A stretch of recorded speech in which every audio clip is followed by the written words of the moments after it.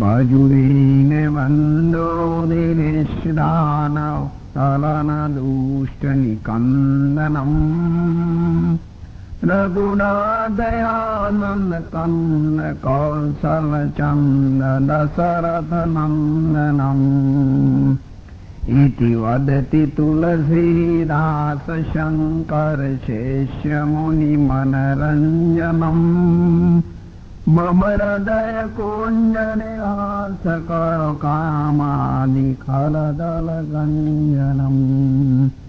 ઓમ પૂર્ણમદ પૂર્ણામિદમ પૂર્ણાત પૂર્ણમુદ. આજના સુપ્રસંગમાં ઉપસ્થિત સર્વ ધર્મ પ્રેમી હરિગુરુ સંતો, મહંતો, સજ્જનો અને વડીલો, જે આ માનવ જન્મ આપણને મળ્યો છે ખૂબ કિંમતી છે. ફરી આવો મોકો મળવો મુશ્કેલ છે. જે ભગવાનની કૃપાથી તમને અમને દરેકને પ્રાપ્ત થઈ ગયો છે. નવા વર્ષમાં ભગવાન પરમાત્મા સદગુરુદેવ આપ સૌને ખેતરવાડીએ, ઢોર ઢોખર, નોકરી ધંધામાં, બાલ ગોપાલયમાં બહુ સુખી રાખે. આપ સૌનું પરમાત્મા કલ્યાણ કરે. આપણને વિષય વિકાર અને વ્યસનોની સામે ટક્કર લેવા માટે ભગવાન આપણને ખૂબ શક્તિ આપે. બિન હરિકૃપા મિલે ન સત્સંગા. ભગવાનની કૃપા સિવાય તો આપણને આ સંગ થવો ઘણો બધો મુશ્કેલ છે. માનવ જન્મ મળવો મુશ્કેલ છે. છતાં આપણને આ મોકો મળી ગયો છે. એમાં નવા વર્ષમાં પરમાત્માએ જે માર્ગમાં આપણને સફળતા આપી છે એવા બે ચાર દાખલા છે, જે હું આપ સૌને વાંચી સંભળાવું એટલે આપને ખ્યાલ આવશે.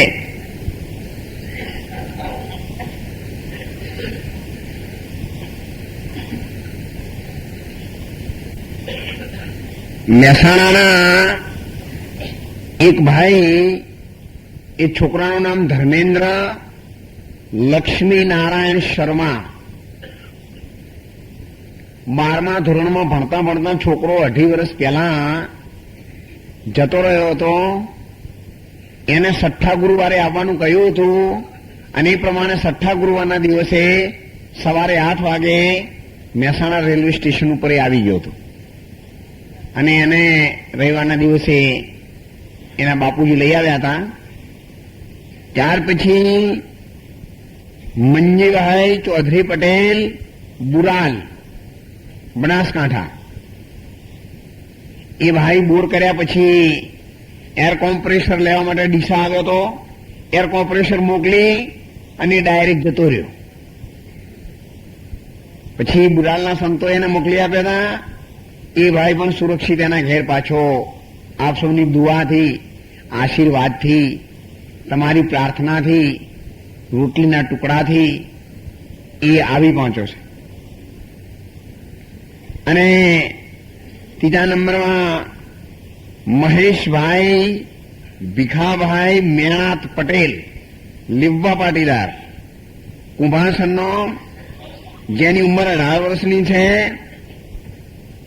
અને એ ગયા પછી લગભગ ફક્ત 6 દિવસમાં પાછો આવી ગયો હતો.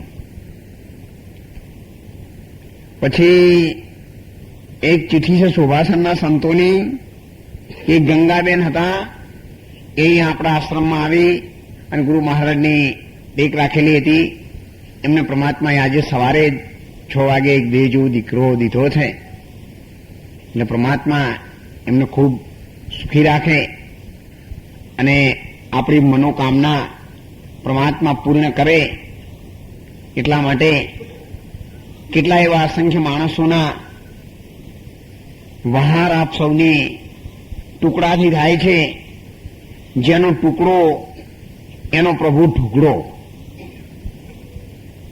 પરંતુ આમાં એક હકીકત જાણવા જેવી. વાહ ભાઈ, જે પહેલો છોકરો જતો રહ્યો એના બાપુજીએ કહ્યું કે બાપજી 50-60 હજાર રૂપિયા ખર્ચો કર્યો છે, છોકરો એક જ છે. એની બા એ ગયો ત્યારથી સદંતર રડ્યા કરે છે. એમના શબ્દો સાંભળી અને મહેસાણા રેલવે કોલોનીમાં મેં કહ્યું કે ભાઈ તમને પરમાત્મામાં સફળતા આપશે. પરમાત્મા એ 6થા ગુરુવારે સફળતા આપી. એ છોકરાને લઈને આવ્યા, 3 જણા આવ્યા. અને પછી મેં એમને કહ્યું, જો કે મારે કહેવું ન જોઈએ, છતાં પણ મેં એમને કહ્યું ભગવાને તમારું કાર્ય કર્યું હોય તો કંઈક ધર્મનું કાર્ય કરજો. એટલે કે મહારાજ તને 11 રૂપિયા આપું આશ્રમમાં. મેં કીધું તમારી ઈચ્છા હોય તો આપો, નહીતર પ્રસાદ આપણો બનાવેલો છે તે પ્રસાદ લઈ અને અમને આશીર્વાદ આપો કે ભગવાન આવા કામ બીજા નહીં કરે.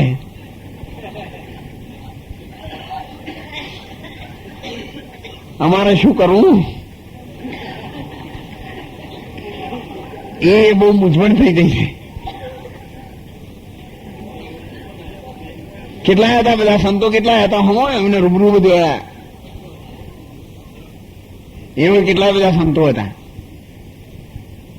હમણાં એક અમારા કાકા હતા, એટલે અમે 3 વર્ષ પહેલા જમણવાળા માટે ગયેલા એક બીજા ભાઈના ત્યાં. હોય ફક્ત તમે એક જ વખત એને ચાપો તો 5000 રૂપિયાનો ખર્ચો આવે. આ માનવ જન્મ ખૂબ કિંમતી છે, એને જાણી લેવો બહુ જરૂરી છે. ઘણી વખત 200 કિલોમીટર ગાડી બોલાવો ને અને પછી આ બધાને ખબર છે હેરતી વગર આતે. ખેડૂતને ભગવાન એટલા બધા દોણા આલે એટલે મોય ચકલા ગમે ભદમ ભદા કરીને હાથે કોઈ ભૂંભળીમાં શું થાય થાય. એટલા માટે પાપની સાથે પુણ્ય જોડાયેલું છે, ધર્મ જોડાયેલું છે અને ધર્મની સાથે આપણે બધા જ જોડાયેલા છીએ. આપણે બધા આપણા જીવનની ખૂબ ઉજ્જવળતા જોવા માટે એવો કાર્યક્રમ આખા મહિનાના છે. એટલે પહેલથી કહી દઉં, એટલે 2 પુણ્યમાં હોય ત્યારે પાછળની પુણ્યમાં આવવાનું, રાત્રે પાછળની પુણ્યમાં સત્સંગ રાખવાનો છે. આપણે કોઈ પણ મૂંઝવણ હોય તો ફક્ત રવિવારે જ 10 થી 4 4 વાગ્યા પછી ક્યારે હું અહીંયા હોતો નથી, એટલે 4 વાગ્યા પહેલા જો તમે આવી શકો તેમ હોય તો આવવાનું, નહીતર 2 કિલોમીટર બાકી હોય તો 4 વાગી જાય ત્યાંથી પાછા વળી જવાનું. કારણ કે આપણે સમયસર જઈએ નહીં, આપણે બપોર સુધી આપણું કોમ હોય એ પતાવી અને પછી કે હડો મહારાજ પાસે, એટલે તમારે આવવાનું થાય એટલે અમારે કોમ જવાનું થાય ને. એટલે અમારો કાર્યક્રમ પછી જુઓ તમે એવું ન કહેજો કે અમે ભાડું ભરીને ગયા મહારાજે આપણી સાથે વાત ન કરી. પણ જે કામ કરવું હોય ને વહેલા ઉઠવું પડે. 25 તારીખે થોડી વાર પ્રાર્થના ધૂન બોલાવીશું અને વાજિંદ્ર નિષ્ણાત માણસો બધા આવી જાઓ. જો એક તમને આશ્રમની અંદર ખાસ કહીએ હો, કોઈ પણ માણસ વાજિંદ્ર બજાવે અને જો એને એકવાર પરિબ્રહ્મ નારાયણ પરમાત્માએ નારદજીના સંપર્કમાં નારદજીએ ભગવાનને પ્રશ્ન કર્યો કે ભગવાન, આ સંતોના દર્શનથી શું ફળ થાય છે? ત્યારે ભગવાને કહ્યું, નારદજી, આવતીકાલે સવારે આ નગરના દરવાજામાં તમે જજો અને ત્યાં તમને જે પહેલા પ્રથમ મળે એના કાનમાં તમે આ વાત કરજો, એનો પ્રત્યુત્તર તમને ત્યાં મળી રહેશે. નારદજી સવારે 4 વાગે નારાયણ નારાયણ નારાયણ નારાયણ કરતા કરતા જયારે નગરના દરવાજે આવે છે, નગરનો દરવાજો ખુલતાની સાથે ચોમાસાની અંદર વિસ્તારની ગોળીઓ વાળવા વાળો, ગંદકીની ગોળીઓ કરવા વાળો ઓલો ગેગો પ્રથમ નંબર આવ્યો. નારદજીએ વિચાર્યું કે ભગવાન, અત્યારે વહેલા વહેલા એના કેવો દર્શન થયા? છતાં ભગવાનનો વચન હતો ત્યારે નારદજી આ પ્રશ્ન કરતાની સાથે જ ઓલો વિસ્તારની ગોળીઓ વાળવા વાળો ગેગો દેવ થઈ ગયો, મરી ગયો. નારદજી ઘેરાવ્યા. ભગવાન અંતર્યામીને પૂછવા લાગ્યા, ભગવાન, તમે કહ્યું તે પ્રમાણે હું પહોંચી ગયો, પરંતુ વિસ્તારની ગોળીઓ વાળવા વાળો ગેગો મને પ્રશ્ન કરતાની સાથે મરી ગયો. મારે શું કરવું પરમાત્મા? ત્યારે પરમાત્માએ કહ્યું, નારદજી, આજે આપણા નગરમાં એક ગાયને વાંસડાનો જન્મ થશે અને એને કાનમાં જઈ તમે પૂછજો, એનો પ્રત્યુત્તર તમને આપશે. નારદજી બીજા દી ત્યાં પહોંચી ગયા. નારાયણ નારાયણ નારાયણ કરતાની સાથે આજુબાજુના બધા જે માણસો કે વાહ વાહ વાહ વાહ, આજે કેટલા બધા આપણા સદભાગ્ય કહેવાય કે નારદજી જેવા સંતના પગલા આપણા મહેલામાં થયા છે. જ્યારે રામચંદ્ર ભગવાન નદીના કિનારે પહોંચ્યા ત્યારે ઓલો કેવટ કહેવા લાગ્યો, જોઈ ચતુરતા ભીલ જનની જાનકી મુસ્કાય, એ પગમન ધોવા દિયો રઘુ, શકમન પડ્યો મનની. એ ભગવાન, અત્યારે તો મારા નાવડું ચલાવવાના સાધનો મારા ઘેરે જ પડેલા છે અને હું આપને કેવી રીતે પહોંચાડી શકું? દેવ, આપ મારા મહેલામાં પધારો અને આપણે સાધનો લઈ આવીએ. અહીંયા મારી પાસે કઈ બેસવાનું સાધન નથી, હું આપને કેમ બેસાડું? ત્યારે લક્ષ્મણજીને લાગ્યું કે આ ગંદો માણસ ક્યાં લઈ જશે, પરંતુ કેવટ એ ભગવાનની પાછળ, ભગવાન તમે હાલો હાલો. એની ચાતુર્ય બુદ્ધિનો ભેદ ભગવાન સમજી શકતા હતા, છતાં એને ચાતુરી વાપરી અને ભગવાનને ભીલોના મહેલાના ઘેર ઘેર ફેરવ્યા કે મારા રામના પગલા મારા મહેલામાં ક્યારે થશે. અને એટલે સંતોએ કહ્યું છે, મન રે જાનતા દેખીને જન મુગ જાલી,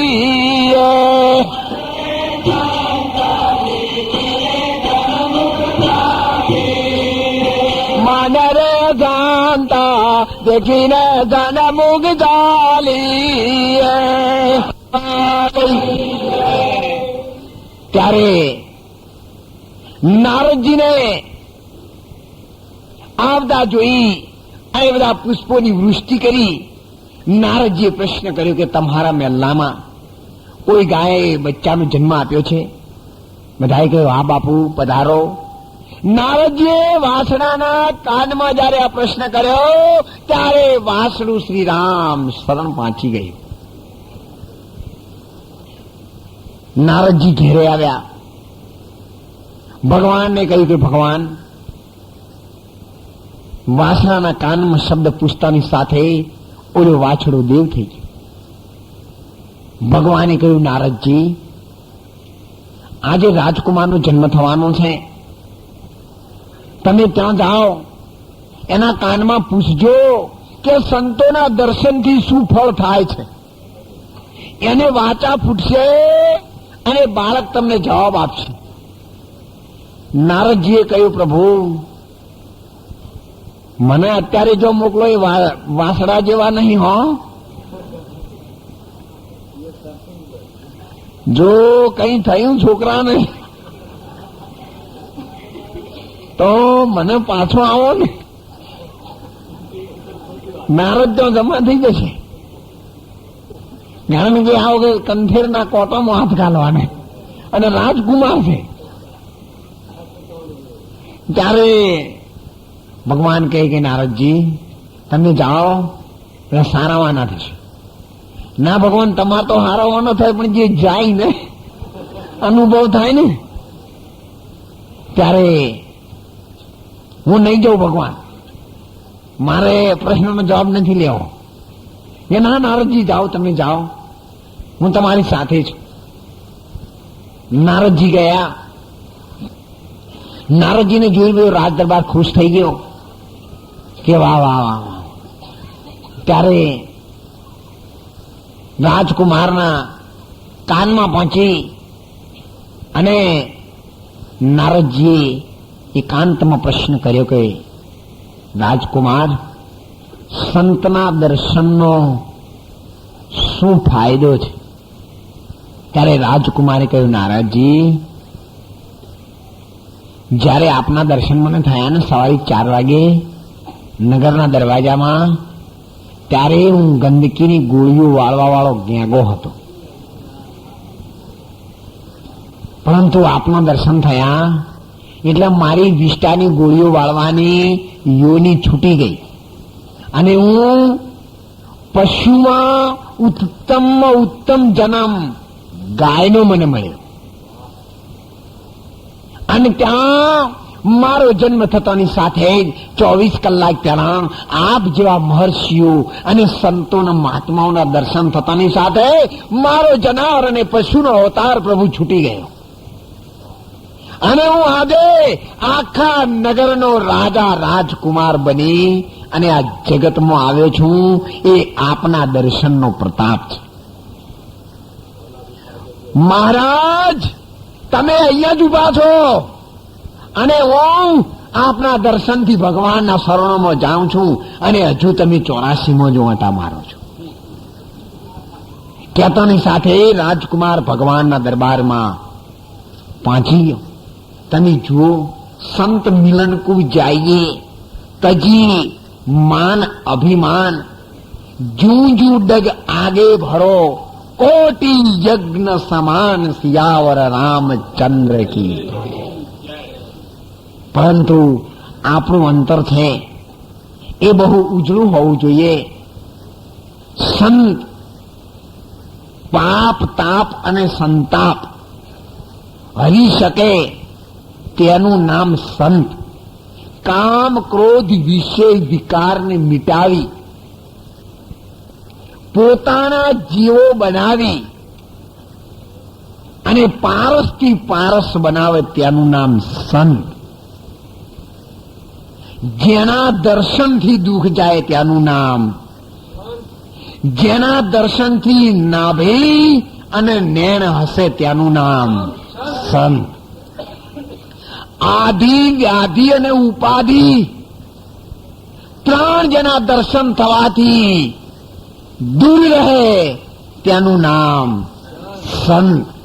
ભૂત ભવિષ્ય વર્તમાનમાં જેના આચરણમાં અને વર્તમાનમાં ક્યારે ફેર ન પડે તેનું નામ છે સંત. જગતની તમામે તમામ અગ્નિઓ નો સમાવેશ થઈ શકે તેવું સાગર કરતો પણ વિશાળ સ્વરૂપ છે સંત.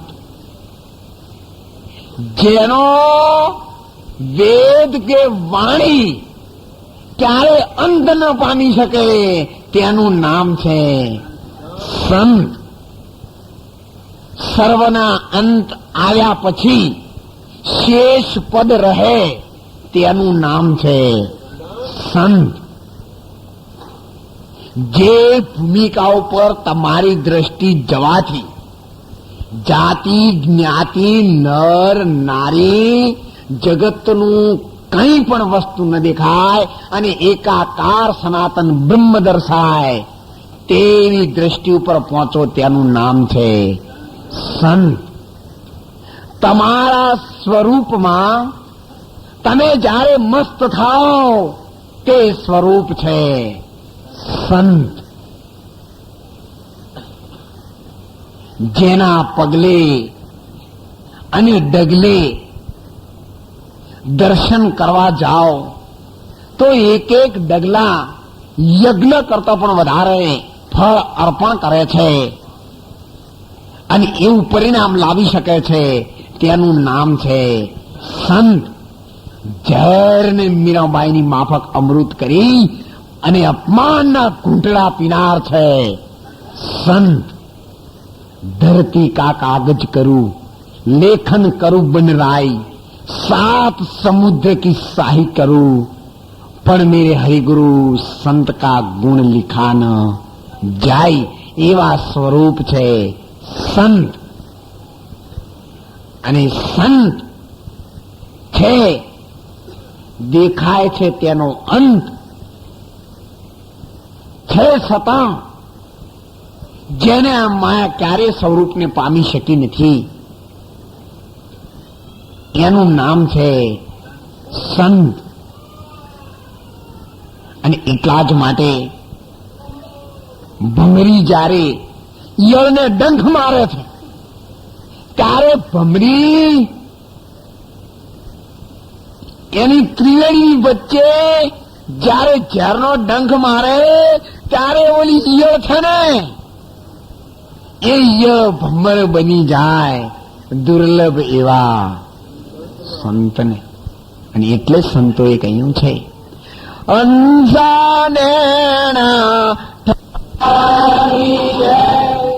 અહીંયા સુંદર મજાનો એક સત્સંગ આવી ગયો છે. નેણ ઠરે એટલે બધાને ખબર પડે પણ નાભી હશે છે કોઈને જોયું? તમે નાભી કોને કહો છો? કોઈ નાભી પેટની ડૂંટીને સમજતું છે તો એને હસતા તમે જોઈ?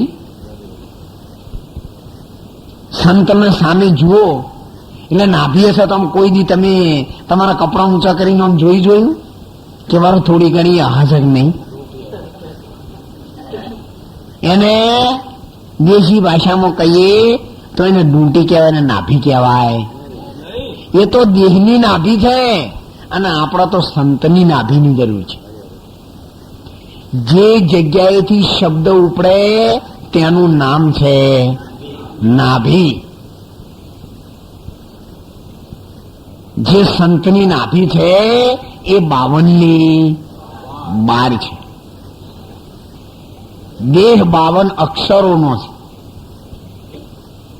એટલા માટે જો કદાચ ભૂલથી તમારી બેઠક અહીંયા આવી ગઈ હોય તો નવા વર્ષમાં શુભ મુહૂર્ત કરી અને વળો ટન લઈ લેજો, નહીતર ક્યારે જિંદગી ક્યાં પહોંચી જશે એ ખબર નહીં રહે. એટલા માટે જો કદાચ તમને કોઈને સમજાયું હોય તો તમે એટલું તો પૂછજો કે બાપજી આ નાભી તમે કહી પણ આશા છે કે નહીં કોઈને 2-3 જોડે કપડા ઉપર પહેર્યા હોય ઢાજના તો શું ખબર પડે. માટે નાભી કોઈ દિવસ ઓઠ્યો હોય નહીં. જ્યાં માઓની બહારથી શબ્દનો રણુકાર થઈ રહ્યો છે, જેના ઉપર સંતોએ કહ્યું છે નાભી કમલ છે ચલી મેરી દોર, સુન શિખરગઢ હુઆ ઘન ઘોર દોર. નાભી કમલ, કમળ છે ત્યાં પાણી ભરેલું છે. અને પાણી ક્યાં છે? એ તખત ત્રિવેણીના ઘાટ ઉપર, બીજે ન હોઈ શકે. ઘાટ હોય તો જ પાણી હોય. અને ત્રિવેણીના ઘાટી રે અનુભવની વાતો કે છે, શ્યામળિયાની સાથે રે સુરતા તો લહેરું લે છે. પણ ત્રિવેણીયાને કહેજો પાછા હોય તો જતો ભૂલ ના થાય. ગંગા, જમુના અને સરસ્વતી 3 નદીઓ હોવી જોઈએ. તમે નોમરૂપ ગુણ કે જીવ ઈશ્વર માયાને પાછા ત્રિવેણીમાં ના લાવો. અને લાવો તો અમારી ના નથી, પણ જો પોણી છે બસ તો માનવા તૈયાર ન થાવ. સ્ત્રી હોય તો એના શણગાર બધા હોવા જોઈએ, પુરુષ હોય તો પુરુષના પ્રમાણમાં હોવું જોઈએ. અને ત્રિવેણી હોય તો 3 વેણ હોય, 3 ઓઘા હોય, 3 નદીઓ હોય, અને એ હુકી ના હોવી જોઈએ, ભરેલી હોવી જોઈએ. કારણ કે અહીંયાથી આપણે ગંગાજીમાં સ્નાન કરવા માટે કોઈ લક્ઝરી બસમાં જાય છે, કોઈ તીર્થ વ્રત કે જાત્રાએ જાય. શા માટે? ત્રિવેણીમાં સ્નાન કરી અને કંઈક મેલ મૂકવા માટે. પણ એ ત્રિવેણીમાં જયારે સ્નાન કરે ત્યારે આ તનનો મેલ જાય છે, અને મનનો મેલ ધોવા માટે સંતોએ કહ્યું છે અધર મેલ में वसे गणेशा, ए धरले उसका ध्यान फकीरी कोई मर जीवाना. અને કોઈ વળી કેસા કાકા ગટરમાં ગુણપતિ હોય. અરે એક થોડોક તો વિચાર કરો, ગુદા કમળમાં ગણપતિ હોતા હશે. એ તો ગટર છે, છેલ્લું નાકું છે. અને છેલ્લા નાકામ તો આવો પ્રથમ દેવ છેલ્લા નાકામ બેહી રહે. છતાં કેમ લોકો આંખો મેચીને હા પાડે છે એ સમજાતું નથી. માટે ગોરખનાથે કહ્યું છે અધર મેલમાં વસે ગણેશા, એ ધરલે ઉસકા ધન ફકીરી કોઈ મર જીવાના. કામને એ મૂર્ખ તારો ટળ્યો નહીં અભી માન, ફકીરી કોઈ સંત પુરુષના. એમના અહંકારને લઈ એનું પકડેલું ગધેડાનું પૂંછડું મૂકતો નથી, એટલા સમજાતું નથી. નહીતર એ સમજે છે એવું હેઠું મેલે તરત સમજાય. પણ બીજા લાકડા ભર્યા હોય તો પછી બીજે ચોથી આવું કહો. એટલા માટે પહેલાથી નક્કી થઈ ગયું છે હું જાણું છું એ જ સાચું. એટલે બધું કહેરી જે જગ્યાએ નક્કી કર્યું એ બધું લઈ જાય. એટલે જે સમજવાનું છે રહી જાય. તમારે કાપડનું કાપડ લેવું હોય તો ઝવેરીયાની દુકાનો કેટલી ખુલ્લી તમને ખબર હોય? કેટલી મોચીઓની દુકાનો ખુલ્લી તમને ખબર હોય? તમે જો જાઓ તો કાપડ વાળાની દુકાનોમાં દૃષ્ટિ પડે. એટલે તમે નક્કી કરીને આવ્યા છો કે આ જ લેવું છે, એટલે તમે એ જ ઓર રાખી જાઓ. તમારો આખો મેળો હોય, આજે કારતક સુધી મહાપર્વનો મેળો સિદ્ધપુરમાં ભરાય, પણ તમને કોઈને કીધું હોય કે ભાઈ આપણે સિદ્ધપુર મેળામાં મળીશું, તો ગમે એટલા માણસ દેખાય પણ તમને હુકવેલા કપડા જેવા લાગે. તમારો બોલાયેલો માણસ ના મળે છે સુધી. ખરું નહીં? તો આખો મેળો ઉડી ગયો ને. તમને મેળામાં જો કોઈ દેખાય છે. એટલા માટે મેળો કોનો છે? મેળો આપણા મનનો માનેલો માણસ મળે તેનો. પછી ચિત્રો મળે